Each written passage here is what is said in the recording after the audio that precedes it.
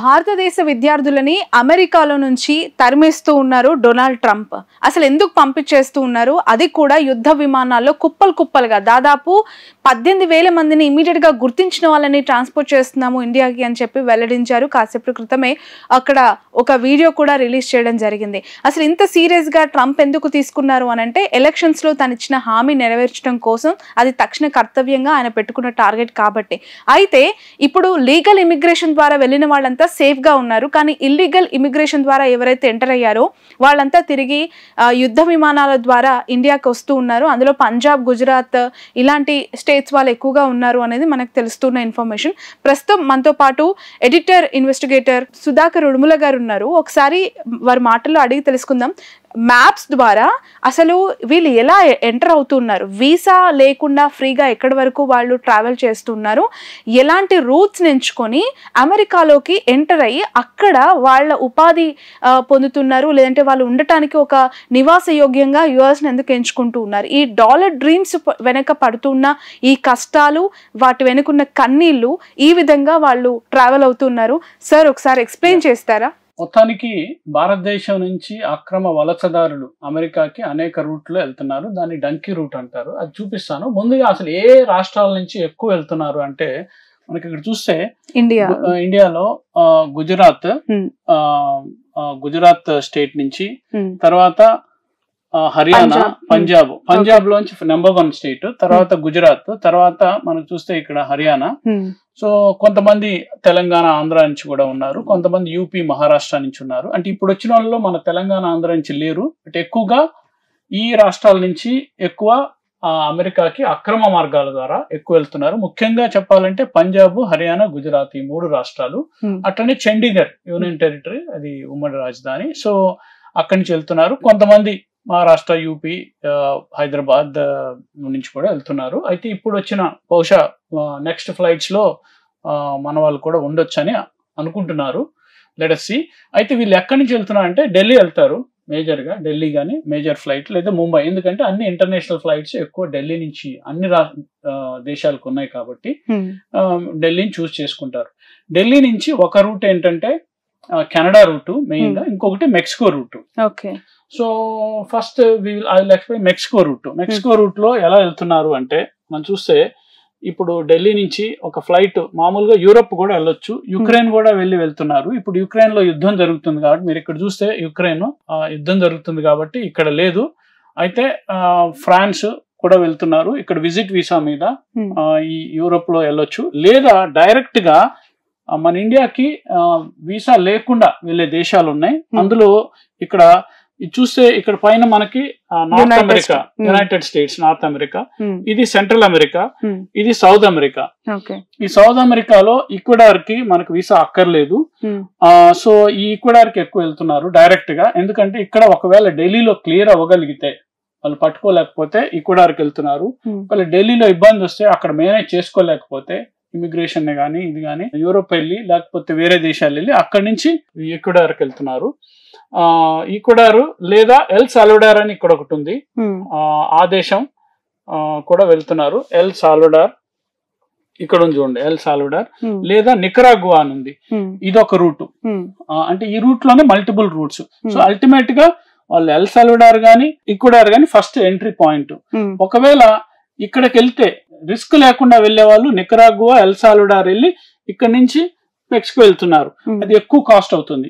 తక్కువ కాస్ట్ లో, కొంచెం తక్కువలో 50 లక్షల్లో అట్లా అవుతున్నప్పుడు వీళ్ళు ఏం చేస్తున్నారంటే ఈ ట్రాఫికర్స్, ఏజెంట్స్ ఈక్వెడార్ లో దించుతారు.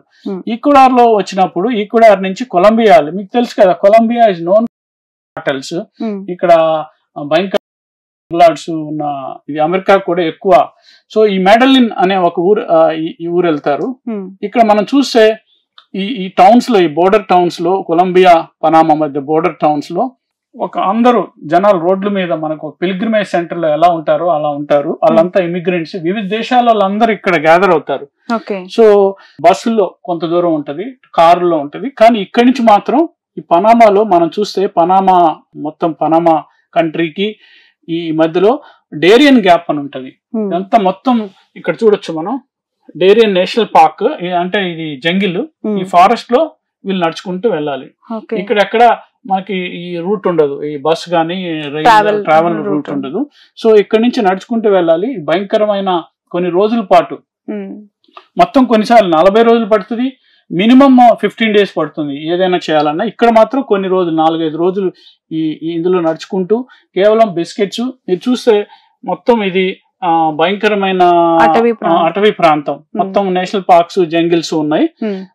సో ఇది దాటుకొని వీళ్ళు అల్టిమేట్ గా దే హ్యావ్ టు రీచ్ ఈ జంగిల్ దాటిన తర్వాత పనామా సిటీ నుంచి, ఇక్కడ నుంచి వెళ్ళి కోస్టారికా ఇక్కడికి వెళ్ళాలి. ఇక్కడ ట్రావెల్ ఉంటుంది, కొన్నిసార్లు దిగి నడవాల్సి వస్తుంది. నికరాగ్వా వెళ్తారు. ఈ నికరాగ్వా మనం చూడొచ్చు. కొన్నిసార్లు ఇక్కడ నుంచి కూడా స్టార్ట్ అవుతాయి, బికాస్ డైరెక్ట్ ఫ్లైట్. మనం ఒక కేసు ఉంది, శశికిరణ్ రెడ్డి అనే కేసు. ఆ కేసులో అతను ఈ నికరాగ్వాకి ఇక్కడే ఫ్లైట్ దిగి అక్కడి నుంచి ఎస్కేప్ అయ్యి ఎల్ సాల్వడార్, హోండరస్ మీదుగా లేదా గ్వాటమాలా. సో ఇక్కడ గ్వాటమాలా ఇవన్నీ ఇక్కడ ఎవరు పెద్దగా అబ్జెక్షన్స్ ఉండవు, ఎందుకంటే మిలిటరీ పోలీస్ తో టైఅప్ ఉంటది. ప్లస్ కార్టెల్స్ లో కూడా మనం చూసినప్పుడు ఈ పనామాలో కార్టెల్స్ తో కూడా టైఅప్ ఉంటది. ఒకవేళ కార్టెల్స్ లేని చోట ఈ జంగిల్స్ లో భయంకరమైన ఇక్కడ డెడ్ బాడీస్, స్కెలిటన్స్ అవి దొరికినట్టు ఇంటర్నేషనల్ గా ఆధారిత వర్గాలు మనకి చెప్తున్నాయి. సో ఇవన్నీ దాటుకొని ఇంత భయంకరం, దీన్నే డంకీ రూట్ అంటారు. ఈ ఫ్లైట్స్ ని డంకీ ఫ్లైట్స్. సో ఈ కోస్టారికా, ఎల్ సాల్వడార్, గ్వాటమాలా దాటుకుని మెక్సికో వచ్చింది. మెక్సికోలో రోడ్ ట్రాన్స్పోర్ట్ లో, ఈ మెక్సికోలో కూడా పెద్దగా అంటే ఇక్కడ ఇబ్బంది ఉంటది. కొన్నిసార్లు వాళ్ళ అటాక్స్ జరగవచ్చు. మెక్సికోలో కూడా గ్యాంగ్స్ ఉన్నాయి which are very dangerous. So ఇక్కడ నుంచి మెక్సికో నుంచి ఈ బోర్డర్ మీరు చూస్తే, సో మెక్సికోకి అమెరికాకి బోర్డర్ మనకు కనపడుతుంది, 1000 కిలోమీటర్ల బోర్డరు. ఇక్కడ మనకి Texas, Arizona, new Mexico states ఉన్నాయి. కాలిఫోర్నియా యువతలు ఉంటది కానీ ఇక్కడ. సో ఈ స్టేట్స్ లోకి ఎంటర్ అవుతారు. ఇక్కడ ప్రాబ్లం ఏంటంటే యుఎస్ బోర్డర్ పెట్రోల్ ఉంటుంది. ఇక్కడ నుంచి ఒకవేళ ఎస్కేప్ అయ్యి లోపలికి వెళ్తే కొన్ని సిటీస్ కి, న్యూయార్క్ లాంటి సిటీస్ కి వెళ్తారు. లేదంటే ఇక్కడ అసైలం కావాలని అరెస్ట్ అయ్యి అసైలం తీసుకుంటారు. సో ఈ బోర్డర్ లో వెరీ ఇంపార్టెంట్. ఇప్పుడు మెక్సికన్ గవర్నమెంట్ అగ్రీ చేసింది ట్రంప్ డిమాండ్ కి. ఏంటి, ఇక్కడ ఈ బోర్డర్ అంతా they will deploy forces, American Mexican మిలిటరీని డిప్లాయ్ చేస్తామని. సో తర్వాత ఇంకొక రూట్ ఏంటంటే కెనడాకి విజిట్ వీసా మీద వెళ్ళి, ఈ కెనడా అమెరికా బోర్డర్ ఉంది కదా, ఈ బోర్డర్ లో ఇక్కడ మనకి ఈ బోర్డర్ లో క్రాస్ చేస్తారు. సో ఈ బోర్డర్ లో క్రాస్ చేసినప్పుడు ఇక్కడ డెత్స్ అవుతుంటాయి, బికాజ్ ఇక్కడ మంచు ఇష్యూ. మన జగదీష్ పటేల్ కేసు కూడా ఈ అమెరికా కెనడా బోర్డర్ లోనే ఎమర్సన్ అనే ప్రాంతంలో అయింది. సో ఈ 2 రూట్లు బేసిక్. అయితే ఈ మధ్య కాలంలో కెనడా రూట్ ఎక్కువ తీసుకున్నారు. సో ఇప్పుడు ఎందుకంటే అది ఈజీ అవుతుందని ఇండియన్స్ కూడా వాళ్ళు ఓపెన్ అప్ చేశారు. కెనడా వాళ్ళు కొంత రిలాక్సేషన్ చేశారు లాస్ట్ 2 years లో. అందుకని ఎక్కువ మంది కెనడా వెళ్ళి కెనడా రూట్ లో అమెరికా వెళ్ళారు. అందుకని కెనడాకి అమెరికాకి మధ్య కూడా ఇప్పుడు డొనాల్డ్ ట్రంప్ టైంలో ఇష్యూ అయింది. సో ఇది బేసిక్ గా ఇది dunki route. This is what how people are going to illegal గా మైగ్రేట్ అవుతుంది యునైటెడ్ స్టేట్స్ కి. బట్ ఇంత కష్టసాధ్యమైన వేలో వెళ్తూ అంటే ఏం సాధించాలని వెళ్తున్నారు ఏంటి అనడానికి ఒక ఎమోషనల్ జర్నీ సార్ చెప్పాలంటే. ఇది చాలా రిస్కీ జర్నీ. ఇప్పుడు మనం చెప్తే ఇక్కడ డేరియన్ గ్యాప్ అనేది ఓల్డ్స్ పనామా ఇక్కడ ఈ కొలంబియాకి దీనికి మధ్యలో ఉండేది ఓల్డ్స్ ట్రెచరస్ డేంజరస్ రూట్ అది. సో ఆ రూట్ లో ఇక ప్రాణాలతో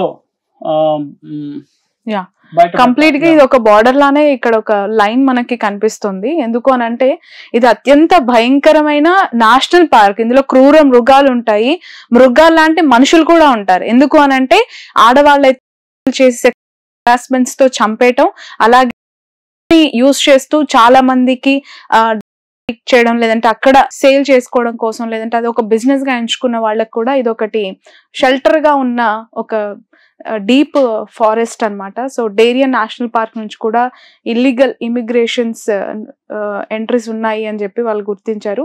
సో మొత్తానికి thank you so much sir. Graphical గా ఇది మీరు మాకు ఎక్స్ప్లెయిన్ చేసినందుకు, ఎందుకంటే వ్యూవర్స్ కి చాలా బాగా అర్థం అవుతుంది ఈ రూట్స్ ఎట్లా వాళ్ళు చూస్ చేసుకుంటున్నారు, ఎలా వెళ్తున్నారు అనేది. దిస్ ఈజ్ హౌ చాలా మంది పంజాబ్ హర్యానా, గుజరాత్ కి సంబంధించి ఇప్పుడు ఎక్కువగా అంటే 18,000లో తెలుగు రాష్ట్రాల కంటే కూడా ఆ రాష్ట్రాల నుంచి ఎక్కువ మంది ఉన్నారు, వాళ్ళు ఈ రూట్స్ లో మేబీ వెళ్ళుండొచ్చు అనేది చెప్తూ ఉన్నారు. అండ్ దానికి సంబంధించిన ఫుటేజెస్, వీడియోస్ కూడా మనకి ఉన్నాయి. గతంలో కూడా ఇల్లీగల్ ఇమిగ్రేషన్స్ ద్వారా అరెస్ట్ అయి కేసులు అయిన వాళ్ళు కూడా ఇలాంటి రూట్స్ లో వెళ్ళారు అనడానికి మన దగ్గర పక్కగా ఆధారాలు కనిపిస్తున్నాయి. సో మన పిల్లలు వెళ్తున్నారు, అక్కడికి వెళ్ళి ఎంత సంపాదిస్తున్నారు కాదు, వెళ్ళిన వాళ్ళు ఏ రూట్ లో వెళ్ళారు, జెన్యూన్ గా అక్కడ వాళ్ళు నివసిస్తున్నారు అనేది కూడా చాలా చాలా ముఖ్యం. ప్రతి ఒక్క తల్లిదండ్రులు ఈ విషయం పట్ల అలర్ట్ గా ఉండాలని కోరుకోవచ్చు. That's all. థాంక్యూ.